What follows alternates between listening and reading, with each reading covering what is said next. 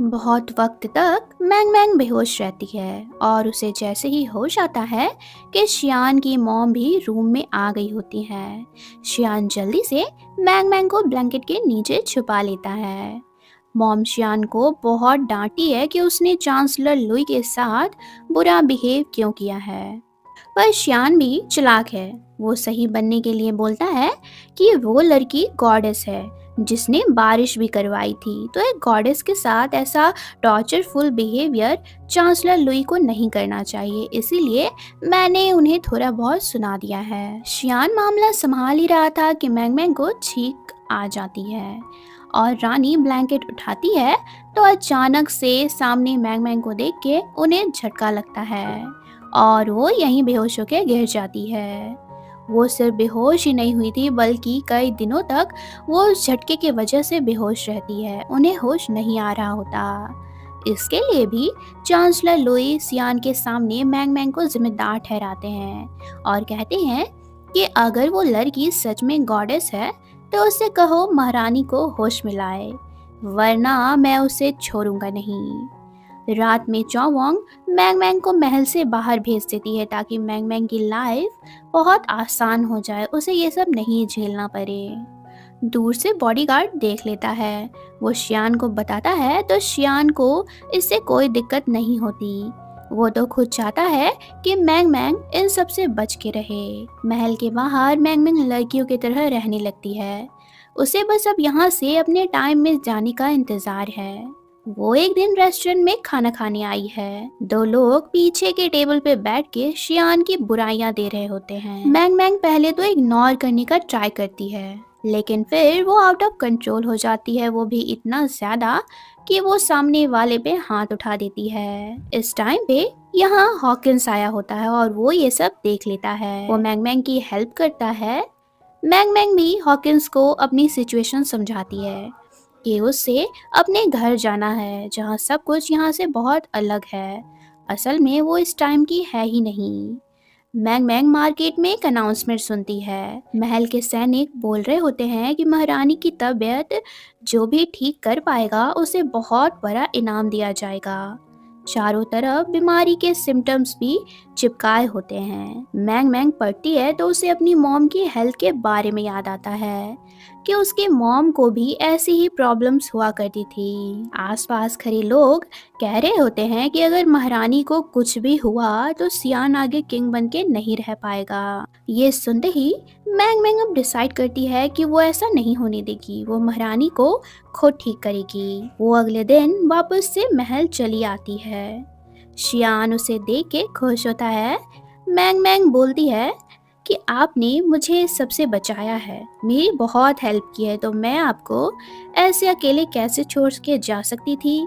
मैंग मैंग library में book पढ़ने जाती है ताकि किसी बुक में उसे महारानी की बीमारी का इलाज मिल जाए। बट लाइब्रेरी में वो ऑन पहले से होती है, जिसके सर पे बुक रैक गिरने वाली थी कि मैंग मैंग उसे फौरन बचा लेती है। मगर इसके सामने भी मैंग मैंग की लड़की होने वाली बात अब सामने आ गई है। दोनों एक दूसरे से बातें करते हैं।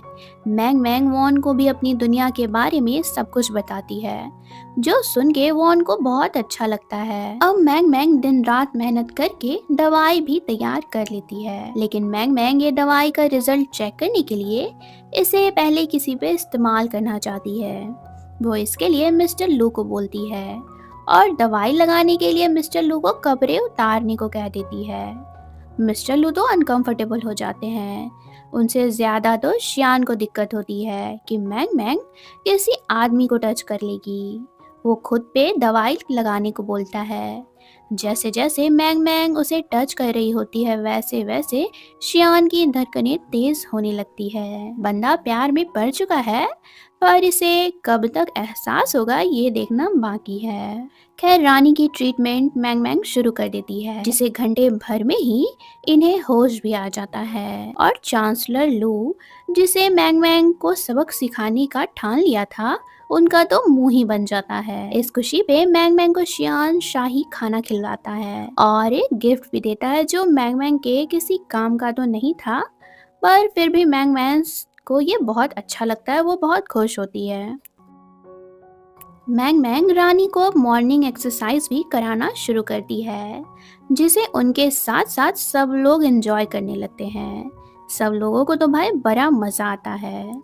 रानी तो मैंग मैंग से इतनी इम्प्रेस हो गई है कि ये फटाफट ही मैंग मैंग की प्रमोशन कर देती है और रहने की जगह भी चेंज करवा देती है। मैंग मैंग बहुत खुश है कि फाइनली उसे रिस्पेक्ट मिल रहा है, पर इतना समय वो शियान को बहुत मिस कर रही है। वो चाहती है कि शियान उसे मिलने आए। हर बार डोर बेल की आवाज़ से वो सोचती है कि शियान आया होगा, पर कोई और ही होता है। इधर शियान की हालत भी खराब होने लगती है। वो भी चाहता है कि वो मैंग मैंग से मिल सके। मैंग मैंग की याद में वो इतना खोया हुआ होता है कि वो मिस्टर लू को मैंग मैंग समझ के किस कर लेता है। फिर फोन देने के बहाने से ये मैंग मैंग के पास जाने लगता है। मैंग मैंग के रूम में बहुत सारे लोग होते हैं जो अपनी फ्यूचर के बारे में मैंग मैंग से पूछ रहे थे। ये एस्ट्रोलॉजर छुप के मैंग मैंग की बातें सुन रहा था कि ये कैसे लोगों के भविष्य बता पा रही है। शियान जैसे आता है तो एस्ट्रोलॉजर भी इसके साथ मैंग मैंग के रूम में एंटर कर जाता है। अब क्योंकि शियान को तो मैंग मैंग से अकेले में मिलना था, तो ये सबको बाहर भगा देता है। दोनों एक दूसरे को देख के बहुत खुश हुए। शियान कहता है कि तुम तो बहुत ही बिजी हो गई हो, मेरे ख्याल से तुम्हें मुझे तो याद करना बंद ही कर दिया है। मैंग मैंग कहती है कि नहीं महाराज, ऐसा बिल्कुल भी नहीं है। मेरा बस चले तो मैं पहले की तरह आपके साथ ही रहने लगूं। दोनों ही इजहार नहीं कर रहे हैं, पर एक दूसरे से मिल के दोनों को खूब तसल्ली हुई है। अगली सुबह महारानी हॉकिंस को बताती है कि अब मैं तुम्हारी शादी फिक्स कराना चाहती हूँ ताकि तुम भी अपनी जिंदगी में आगे बढ़ो, और तुम्हारे लिए लड़की ढूंढने का काम वॉन करेगी। वॉन का मन तो नहीं है, पर बेचारी करे भी तो क्या करे। अपने प्यार के लिए उसे खुद ही लड़की ढूंढने बोला गया है। वैसे वॉन को अंदाजा लग गया है कि महारानी किस लड़की को सिलेक्ट करेगी, इसलिए ये भी मैंग मैंग को बोलती है कि उस लड़की को तुम सिलेक्शन सेरेमनी से दूर रखना। सेरेमनी स्टार्ट होती है। मैंग मैंग देखती है कि जिस लड़की के ड्राइंग वॉन ने उसे दी थी वो सेरेमनी में अभी तक पहुंची ही नहीं है, और कुछ ही देर में उस लड़की का नाम भी पुकारा जाता है, तो मैंग मैंग खुद ही उसके जगह चली जाती है। फेस पे पर्दा रख के ये फनी फनी डांस स्टेप करती है ताकि आसानी से इसे रिजेक्ट कर दिया जाए। बट हमारे दोनों हैंडसम हीरो को, मतलब शियान और हॉकिंस को, मैंग मैंग का ये फनी डांस पसंद आ रहा होता है। मैंग मैंग का फेस अचानक ही दिख जाता है। सब समझ गए हैं कि पर्दे के पीछे मैंग मैंग है। वॉन हॉकिंस से पूछती है कि क्या आपको ये लड़की पसंद आई, तो ये कह देता है एक ही झटके में कि हाँ, मुझे ये लड़की पसंद आई। शियान तो इनसिक्योर हो जाता है। वो कहता है कि नहीं नहीं, लड़की कुछ खास नहीं है। वॉन अब तबीयत खराब होने का नाटक करने लगती है ताकि मैंग मैंग यहाँ से बच के निकल सके। ये निकल तो गई, पर सामने से असली वाली लड़की आ रही होती है। फंसने के डर से ये जल्दी में हॉकिंस के स्टडी रूम में जाके छुप जाती है, और यहाँ इसे वॉन की पेंटिंग मिलती है जो कि बहुत ही खूबसूरत थी। मैंग मैंग को ढूंढने के लिए गार्ड्स इस रूम में आते हैं, पर तब तक शियान आके उसे बचा लेता है। दोनों काफी क्लोज थे। मैंग मैंग शर्मा रही थी। गार्ड्स तो चले जाते हैं, लेकिन शियान मैंग मैंग से पूछता है कि वो हॉकिंस की सेरेमनी में क्यों आई है। क्या वो हॉकिंस से शादी करना चाहती है? ये सारे सवाल इग्नोर करके मैंग मैंग जारी होती है कि कैंडल स्टैंड गिर जाता है। इसके आवाज़ से अब सिर्फ गार्ड्स ही नहीं, हॉकिंस भी रूम में आ जाता है। शियान जल्दी से मैंग मैंग को पिछले रास्ते से यहाँ से भगा देता है और खुद यहाँ ऐसे बैठ जाता है जैसे वो स्टडी कर रहा है। हॉकिंस तो समझ जाता है कि शियान यहाँ मैंग मैंग के साथ था, बट वो शियान से कुछ भी नहीं बोलता है। इनसिक्योर शियान मैंग मैंग से अब अकेले में भी पूछता है कि क्या तुम हॉकिंस को लाइक करती हो, और अगर मुझ में और हॉकिंस में तुम्हें किसी एक को चुनना पड़े तो तुम किसे चुनोगी? तुम मेरे इस सवाल का जवाब दो। मैंग मैंग की तो हार्ट बीट तेज हो गई है। शियान उसके इतने क्लोज है कि वो चाह के भी कुछ बोल नहीं पाती और वो रियलिटी बता देगी तो वॉन ने इसे सब कुछ करने को कहा है, ये बात भी शियान को मालूम चल जाएगा, इसलिए बेचारी चुप रहती है। मैंग मैंग किसी तरह से यहाँ से निकलने की कोशिश करती है, पर इस चक्कर में दोनों एक दूसरे के और क्लोज आ जाते हैं। मूवमेंट बड़ा ही रोमांटिक है, लेकिन टांग अड़ाने के लिए इस टाइम पे ये तीनों आ जाते हैं। शियान को कुछ समझ नहीं आता, वो ऑकवर्ड हो जाता है। वो चिल्ला के कहता है कि तुम लोग अभी बाहर रहो। शियान मैंग मैंग से कहता है कि ठीक है, अगर तुम अभी मेरे सवाल का जवाब नहीं दे सकती हो तो आराम से सोच समझ के देना, मुझे तुम्हारे जवाब का वेट रहेगा।